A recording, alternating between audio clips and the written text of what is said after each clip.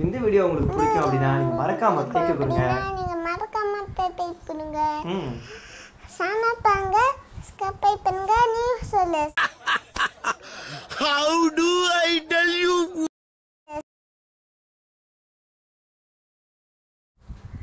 இந்த வீடியோ உங்களுக்கு பிடிச்சிருக்கும் அப்படி நினைச்சீனா மறக்காம ஒரு லைக் கொடுங்க. மறக்காம ஒரு லைக் பண்ணுங்க. எங்க அப்பா, எங்க அம்மா, என் தம்பி, என் தங்க போதும் லிஸ்ட் பெருசா போய்கிட்டு இருக்கு. இப்போ இந்த வீடியோ உங்களுக்கு பிடிச்சிருக்கும் அப்படி நினைச்சீனா மறக்காம ஒரு லைக் பண்ணுங்க. மறக்காம ஒரு லைக் பண்ணுங்க. சப்ஸ்கிரைப் பண்ணுங்க. சேனல் பண்ணுங்க இல்லடா. எல்லாரும் எல்லாம் எப்படி இருக்கீங்க? நல்லா சூப்பரா இருக்குங்க. வாங்க வீடியோக்குள்ள போலாம்.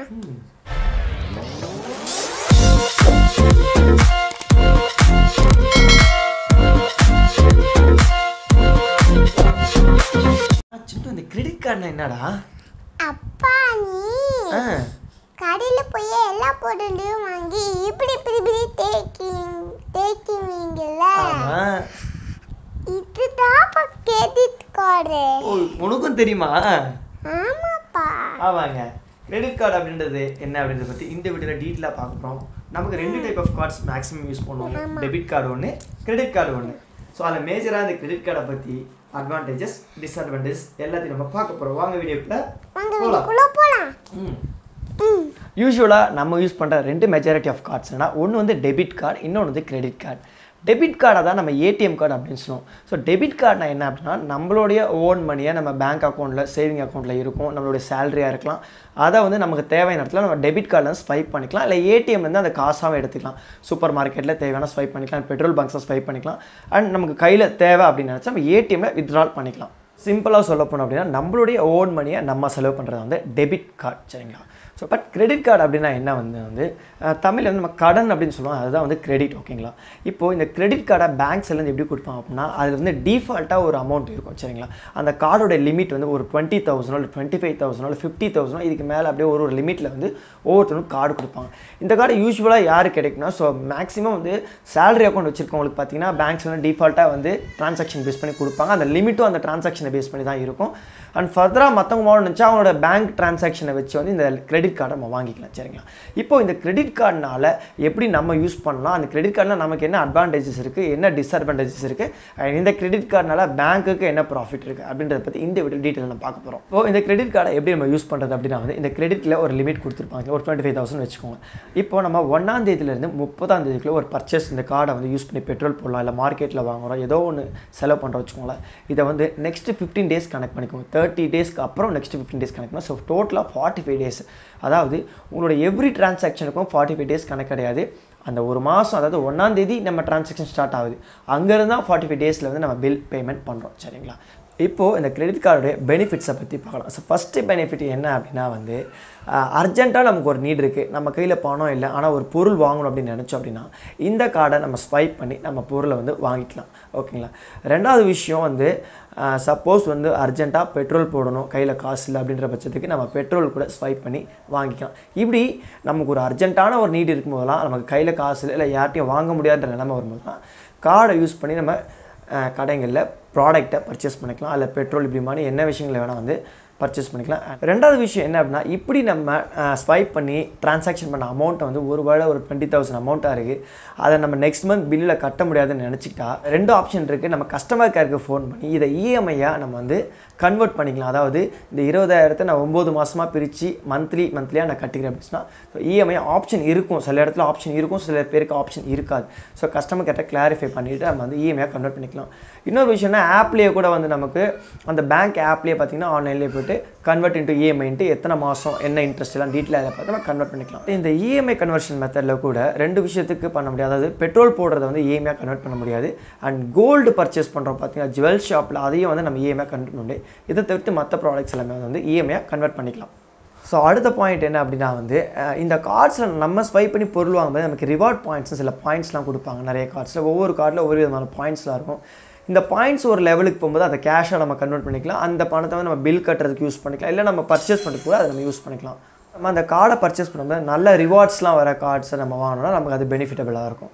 அண்ட் அடுத்த திங் என்னன்னா வந்து இந்த கார்டுக்கு பார்த்தீங்கன்னா வந்து இயர்லி சார்ஜஸ்னு ஒன்று வரும். ஸோ அந்த மாதிரி இயர்லி சார்ஜ் இல்லாத கார்ட்ஸாக நீங்கள் வாங்கிக்கோங்க. நீங்கள் பர்ச்சேஸ் பண்ணாலும் பர்ச்சேஸ் பண்ணாமல் அப்படியே நம்ம வெறும் அர்ஜென்ட்டுக்கு மட்டும் யூஸ் பண்ணிக்கலாம் வச்சுக்கிட்டாலும் உங்களுக்கு இயர்லி எந்த சார்ஜஸுமே வராது. ஸோ அப்படிப்பட்ட ஒரு கார்டை வந்து சூஸ் பண்ணி நீங்கள் வாங்கிக்கோங்க. இதில் இன்னொரு விஷயம் இருக்குது என்ன அப்படின்னா, இந்த கார்டில் இருக்க கேஷை வந்து நம்ம லோனாக கூட சில டைம் எடுக்கலாம். ஒரு லிமிட் கொடுப்போம், ஒரு 50,000 ஒரு 20,000 30,000 லோன் மாதிரி கூட நீங்கள் எடுக்கிற மாதிரி இருக்கலாம். பட் இது எல்லாமே ஆன்லைனில் தான் நடக்கும். நீங்கள் கேஷாக வந்து ஏடிஎம் கார்டில் மாதிரி எடுத்துடக்கூடாது. ஸோ ஆன்லைனில் இன்ஸ்டா லோன் சொல்லுவாங்க, இன்ஸ்டா ஜம்போ லோன்ஸ் இந்த மாதிரி ஒரு 20,000 கொடுத்து அதே மாதிரி தான் வந்து ஸோ இத்தனை மாதத்துக்கு நீங்கள் கன்வெர்ட் பண்ணிவிட்டு அதுக்கு இன்ட்ரெஸ்ட்டோடு வித் அந்த லோன் அமௌண்ட்டு சேர்த்து கட்டுற மாதிரி இருக்கும்.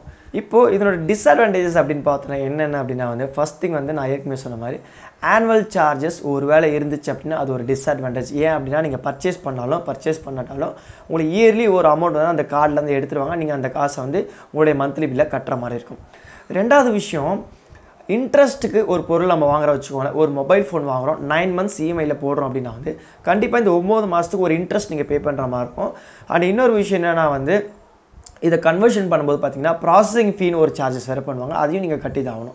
ஸோ இந்த மாதிரி கேசஸில் நீங்கள் நோ காஸ்ட் இஎம்ஐ அப்படின்ற ஒரு ஆப்ஷன் உங்களுக்கு தெரியும். அதாவது இந்த 9 மாதம் எந்தவித இன்ட்ரெஸ்ட்டுமே இல்லாமல் அந்த அமௌண்ட்டை மட்டும் டிவைட் பண்ணி நம்ம கட்டுவோம். அந்த மாதிரி நோ காஸ்ட் இஎம்ஐ இருந்தால் அந்த மாதிரி நீங்கள் சூஸ் பண்ணிக்கலாம். அண்ட் மூணாவது விஷயம் வந்து பில்லை வந்து நீங்கள் ஆன் டைமில் டேட்டில் கட்டலை அப்படின்னா உங்களுக்கு ஃபைன் போடுவாங்க. சரிங்களா? பேமெண்ட் டைமில் நம்ம கட்டலைன்னா உங்களுக்கு ஒரு ஃபைன் விடும். அந்த ஃபைன் விழுறது மட்டும் இல்லாமல் அதுக்கப்புறம் நீங்கள் எப்போ அந்த பில்லை கட்டுறீங்களோ அந்த நாள் வரைக்கும் ஒரு இன்னும் 10 நாள் எடுத்துக்கிட்டிங்கன்னா அந்த 10 நாள் வரைக்கும் நீங்கள் கட்டாத அமௌண்ட்டுக்கு இன்னொரு இன்ட்ரெஸ்ட் வேறு போடுவாங்க. ஸோ உங்களுக்கு இது லாஸாக தான் இருக்கும். இப்போது நம்மகிட்ட ஆல்ரெடி வந்து ப்ரீ லிமிட்டில் ஒரு கார்டு இருக்குதுன்னு சொல்லிட்டு அந்த கார்டை வந்து நம்ம பாட்டுக்கு இஷ்டத்துக்கு நம்ம யூஸ் பண்ணிட்டு இருந்தோம் அப்படின்னா வந்து கடைசியில் நம்மள அறியாமே வந்து பார்த்திங்கன்னா நம்மளோட இன்கமோட சில நேரத்தில் நிறைய செலவு கூட நம்ம பண்ண ஆரம்பிச்சிடும். ஸோ அப்போ தேவையில்லாமல் டெப்ட் கடனில் ஒரு ட்ராப்பில் வந்து நீங்கள் மாட்டிப்பீங்க. ஸோ இதை கரெக்டாக யூஸ் பண்ணணும், நம்ம லிமிட்டடாக யூஸ் பண்ணணும். ஸோ இதை லிமிட் கொஞ்சம் நம்ம மிஸ் பண்ணிட்டோம் அப்படின்னா வந்து கட்டாயம் வந்து நம்ம வந்து ஒரு நெகட்டிவான எஃபெக்ட்ஸை பார்க்க வேண்டியதாக இருக்கும். ஸோ பில்லு மிஸ் பண்ணாலும் பிரச்சனை, இஎம்ஐ கன்வர்ஷன் பண்ணாலும் ப்ராசஸிங் ஃபீ இஎம்ஐ இன்ட்ரெஸ்ட் இருக்குது. ரொம்ப கேர்லெஸ்ஸாக யூஸ் பண்ணிட்டோம்னா நம்மள அறியாமல் நிறைய டெப்டில் போய் நம்ம மாட்டிக்குவோம். ஒன்று இந்த கிரெடிட் கார்டை நீங்கள் ஏடிஎம் கார்டு மாதிரி ஏடிஎம்மில் போய்ட்டு ஸ்வைப் பண்ணி கேஷ் எடுக்கவே கூடாது. நீங்கள் எடுத்தீங்க அப்படின்னா கேஷ் வருமாங்கிறது கண்டிப்பாக கேஷ் வரும். பட் இதுக்கு அவங்க போடுற இன்ட்ரெஸ்ட் சார்ஜஸ் ரொம்ப ஜாஸ்தியாக இருக்கும். சரிங்களா? ஸோ கண்டிப்பாக வந்து உங்களுடைய கிரெடிட் கார்டை ஏடிஎம்மில் வந்து நீங்கள் யூஸ் பண்ணி காசாக அர்ஜென்ட்டுக்கு கையில் எடுக்காதீங்க. அண்ட் ஃபைனலாக இந்த கிரெடிட் கார்டுனால் பேங்க்குக்கு என்னென்னலாம் ப்ராஃபிட்ஸ் அப்படின்னு பார்த்தீங்கன்னா வந்து ஸோ இயர்லி சார்ஜஸ் அவங்களுக்கு ப்ராஃபிட்டு. ஒரு பொருளை பர்ச்சேஸ் பண்ணுறது நீங்கள் மந்த்லி இஎம்ஐ கன்வெர்ட் பண்ணி அதுக்கு இன்ட்ரெஸ்ட் போடுறீங்க, அது ஒரு ப்ராஃபிட்டு. அந்த பொருளை கன்வர்ஷன் பண்ணும்போது ப்ராசஸிங் ஃபீன்னு ஒரு அமௌண்ட் போடுவாங்க, அது ஒரு ப்ராஃபிட்டு. அடுத்த விஷயம்னா லேட்டாக நீங்கள் கட்டிங்க பார்த்தீங்களா, பில் டேட்டை வந்து மிஸ் பண்ணிட்டு அப்படின்னா உங்களுக்கு ஒரு லேட் ஃபீ ஒன்று போடுறாங்க. அது மட்டும் இல்லை, அதுக்கப்புறம் நீங்கள் ஒரு 5 நாள் கட்டி தான் அந்த பில்லை கட்டுறீங்க அப்படின்னா அந்த 5 நாளுக்குமே இன்ட்ரெஸ்ட் வேறு உங்களுக்கு போடுவாங்க. இப்படி பேங்க்குக்கு ஏகப்பட்ட ப்ராஃபிட்ஸில் இருக்குது. ஃபைனலி கிரெடிட் கார்டை வந்து நம்ம யூஸ் பண்ணலாமா யூஸ் பண்ணக்கூடாது, அது உங்களோட டெசிஷன் தான். ஸோ இதில் இருக்க அட்வான்டேஜஸ் அண்ட் டிஸ்அட்வான்டேஜஸை பார்த்து நீங்கள் தான் டிசைட் பண்ணும். ஸோ நம்மளை கேட்டிங்க அப்படின்னா வந்து கரெக்டாக ஆன் டைமில் நான் பேமெண்ட் பண்ணுவேன் அப்படின்றவங்க தாராளமாக கிரெடிட் கார்டு யூஸ் பண்ணலாம். நான் மிஸ்யூஸ் பண்ண மாட்டேன், தேவையில்லாமல் அன்லிமிட்டடாக செலவு பண்ண மாட்டேன் அப்படின்னு சொல்கிறாங்க, தாராளமாக கிரெடிட் கார்டு யூஸ் பண்ணலாம். அதர்ஸ் நீங்கள் யூஸ் பண்ணாதீங்க, நீங்கள் ட்ரை பண்ணாதீங்க, இருக்கிற மாதிரியே இருந்துக்கோங்க. தேங்க்யூ. இன்னொரு வீடியோவில் நம்ம பார்ப்போம். இந்த வீடியோ உங்களுக்கு பிடிச்சிருந்துச்சி அப்படின்னு நினச்சிங்கன்னா மறக்காமல் நம்ம வீடியோ லைக் பண்ணுங்கள், சப்ஸ்கிரைப் பண்ணுங்க, பெல் பட்டனை அமுக்குங்க. இன்னொரு வீடியோவில் சந்திக்கிறோம். பாய்.